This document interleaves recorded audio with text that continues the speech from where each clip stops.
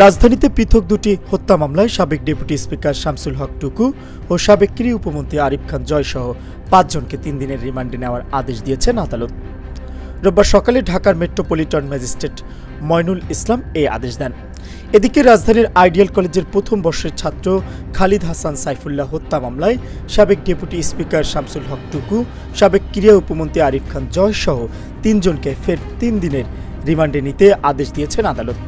ঢাকার সিএমএম আদালতে মামলার তদন্ত কর্মকর্তা সকাল 6:30টায় আইডিয়াল কলেজের প্রথম বর্ষের ছাত্র খালিদ হাসান সাইফুল্লাহ হত্যা মামলায় ৩ আসামিকে ৭ দিনের রিমান্ড শেষে হাজির করে পুনরায় একই মেয়াদে রিমান্ড নিতে আবেদন করেন। শুনানি শেষে বিচারক তাদের ৩ দিনের রিমান্ডের আদেশ দেন।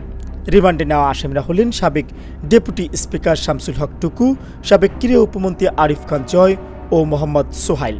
অপরদিকে আজ আদাবর থানার গার্মেন্টস কর্মী রুবেল হত্যা মামলায় আহমদ হোসেন ও ঢাকা বিশ্ববিদ্যালয় ছাত্রলীগের সাধারণ সম্পাদক তানভীর হাসান সৈকতকে গ্রেপ্তার দেখিয়ে ৭ দিনের রিমান্ড আবেদন করেন মামলার তদন্ত কর্মকর্তা মিন্টু চন্দ্র বণিক। শুনানি শেষে বিচারক তাদের ৩ দিনের রিমান্ডের আদেশ দেন। গত ১৪ আগস্ট গোপন সংবাদের ভিত্তিতে রাজধানীর খিলক্ষেত থানার নিকুঞ্জ আবাসিক এলাকা থেকে আত্মগোপনে থাকা অবস্থায় ১২তম জাতীয় সংসদের ডেপুটি স্পিকার শামসুল হক টুকু ও ঢাকা বিশ্ববিদ্যালয় ছাত্রলীগের সাধারণ সম্পাদক তানভীর হাসান সৈকতকে গ্রেপ্তার করা হয়। অপরদিকে গত ২০ আগস্ট রাতে রাজধানীর গুলশান থেকে আহমদ হোসেন ও বনানী এলাকা থেকে সোহেলকে আটক করা হয়। Mohammad Shafiqul Islam, Asian television.